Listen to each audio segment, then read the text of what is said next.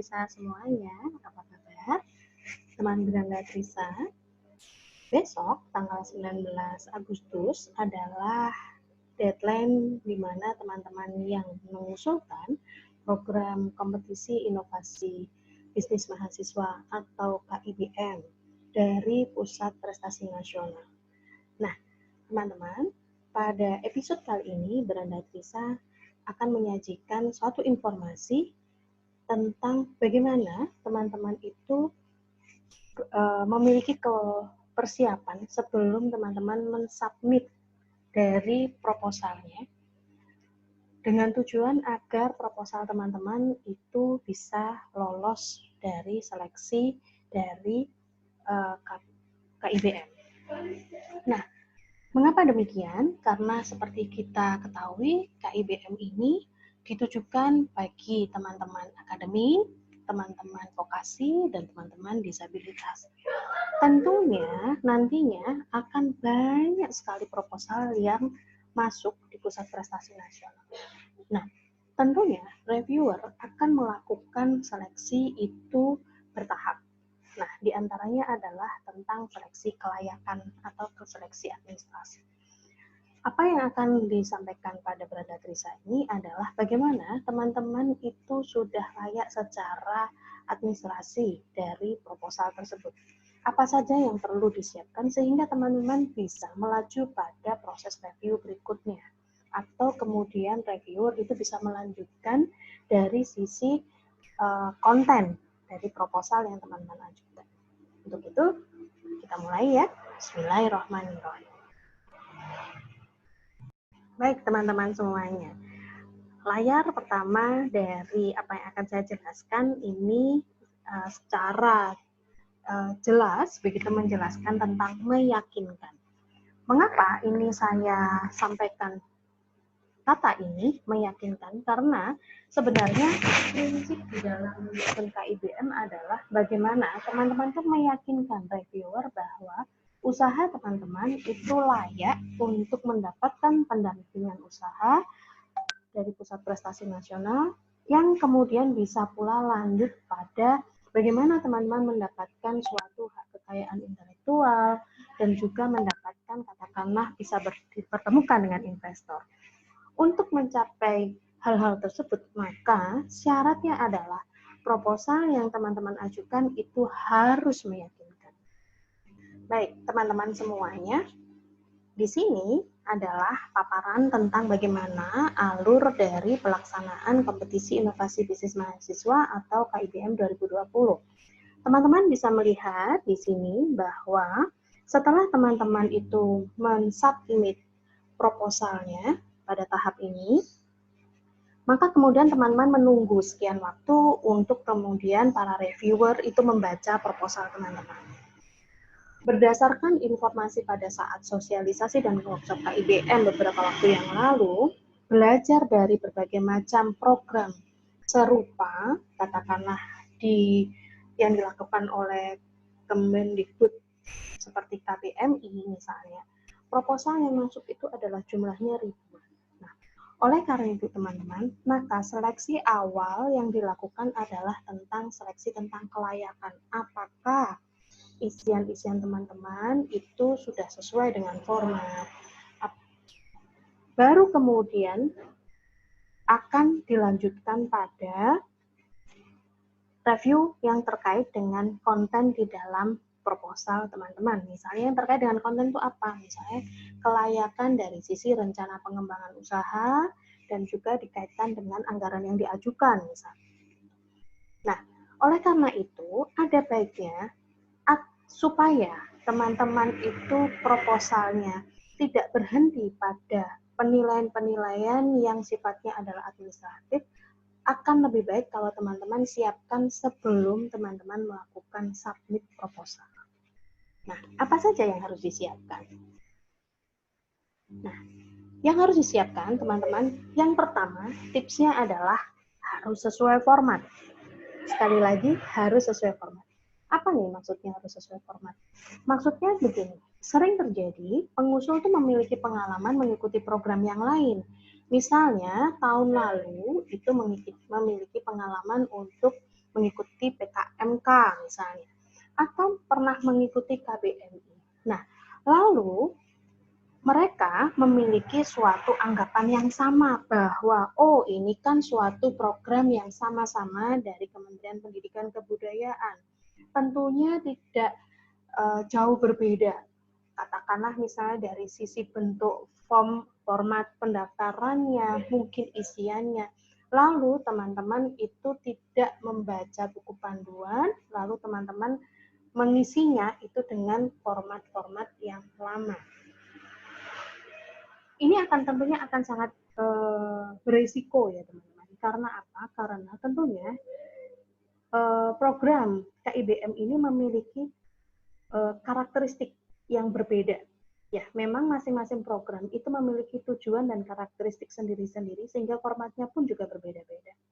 Contoh misalnya, kalau teman-teman itu mengikuti bagaimana program KPMI, di situ dikenal ada yang namanya noble purpose atau tujuan mulia dari mendirikan suatu bisnis. Sementara di KIBM itu tidak ada. Mau dicari ke bagian apapun tidak akan ada menemukan tentang pertanyaan tentang noble purpose. Nah, ini kan yang menjadikan bahwa teman-teman akan wasting time, akan buang tenaga ketika kemudian apa yang kalian itu susun dengan format yang lain itu ternyata tidak bisa digunakan pada format KIBM. Nah, oleh karena itu teman-teman harus disiplin bahwa KIBM memiliki format yang berbeda dan teman-teman harus disiplin mengikuti itu. Berikutnya adalah tips yang kedua adalah terisi lengkap.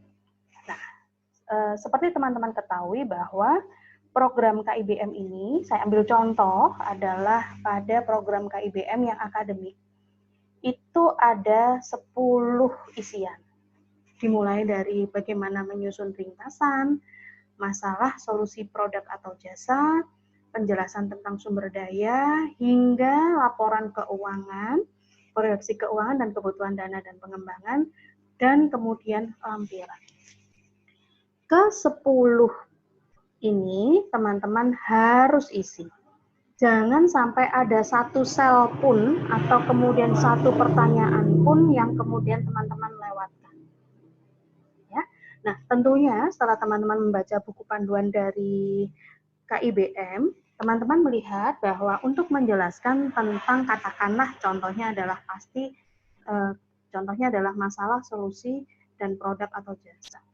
Ini kan tentunya adalah menjelaskan masalah apa sih yang ditemui oleh pelanggan, kayak gitu. Lalu kemudian solusi apa yang teman-teman tawarkan, lalu bentuk produk atau jasa terkait dengan solusi itu seperti apa.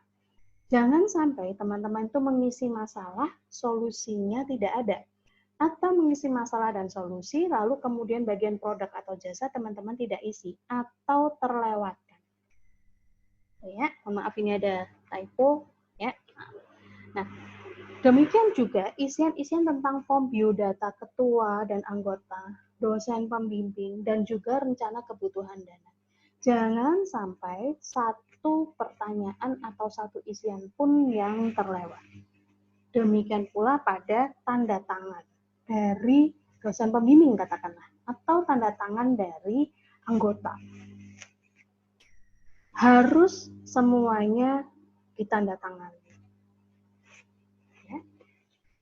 Yang lainnya lagi, tips berikutnya adalah valid. Valid ini terkait dengan kebenaran, begitu ya. Karena apa? Karena program KIBM ini memang kan mensyaratkan bahwa syarat usahanya adalah minimal sudah 6 bulan berjalan. Bagaimana teman-teman meyakinkan para reviewer bahwa usaha yang teman-teman jalankan itu merupakan usaha yang memang benar-benar ada. Lalu kemudian usaha yang benar-benar teman-teman itu rintis sendiri, atau mungkin teman-teman rintis bersama dengan teman-teman sesama teman kuliah misalnya. Lalu kemudian yakinkan pula pada reviewer bahwa ada proses produksi, ada kegiatan produksi selama 6 bulan berjalan. Kalau dalam bidang jasa ada kegiatan pelayanan. Nah, semuanya itu harus dibuktikan pada apa? Pada isi proposal, dan kemudian pada laporan keuangan, dan juga pada lampiran. Nah, contoh misalnya, bagaimana sih membuktikan kebenaran dari isi proposal, katakanlah. Tentunya adalah di dalam isi proposal ada salah satu bagian menjelaskan tentang milestone misalnya. Nah, milestone itu kan adalah apa sih jejak bisnis yang teman-teman buat, katakanlah 6 bulan terakhir itu bagaimana, lalu berjalan maju per 6 bulan atau per 3 bulan selama 2 atau 3 tahun yang akan teman-teman cita-citakan atau teman-teman rancang. Hal tersebut tentunya tidak akan pernah bisa dimanipulasi kalau kemudian teman-teman itu tidak mengalami sendiri. Ya. Demikian juga pada laporan keuangan. Akan nampak bagaimana posisi laba apabila kemudian proses bisnis itu belum pernah dilakukan atau sudah pernah dilakukan. Ya. Kuncinya adalah lebih baik jujur daripada mengada-ada. Contoh misalnya, teman-teman bikin usaha 6 bulan yang lalu, katakanlah pada bulan Desember. Pada bulan Desember, teman-teman membuat usaha, lalu kemudian bulan Januari, usahanya mulai berjalan, Februari mulai berjalan, sudah mulai pelan-pelan mendapatkan laba, tapi ketika bulan Maret, itu tidak ada penjualan sama sekali, Maret, April tidak ada penjualan sama sekali karena adanya pandemi COVID-19. Tidak apa-apa, lebih baik itu menunjukkan real dari apa yang teman-teman alami. Nah, itu yang kemudian bisa menjadikan suatu titik awal bagaimana teman-teman nanti mengusulkan tentang rencana pengembangan usaha. Baik, bagian keempat adalah tentang konsisten. Apa sih yang dimaksud dengan konsisten, teman-teman? Konsisten itu bisa dalam bentuk penyebutan nama usaha atau nama merek. Teman-teman, bisnis ini kan adalah bisnis teman-teman sendiri kan ya? Tentunya teman-teman kan sudah bisa merancang bagaimana sih penulisan yang benar dari nama usaha teman-teman atau nama merek. Nah, usahakan teman-teman itu konsisten mulai dari awal hingga akhir bagaimana bentuk penulisannya. Bagaimana tentang penggunaan hurufnya? Apakah kemudian dimulai dengan huruf kecil dan semuanya kecil, atau kemudian lazimnya nama merek dimulai dengan huruf besar, lalu kemudian berikutnya adalah huruf kecil, atau sebaliknya adalah semua nama merek tersebut terdiri dari huruf besar semua.